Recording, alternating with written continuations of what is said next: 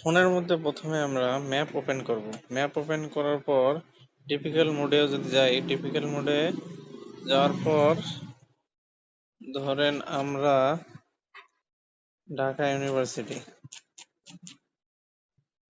বা Dhaka airport railway station যদি search দেই, এখানে আসবে।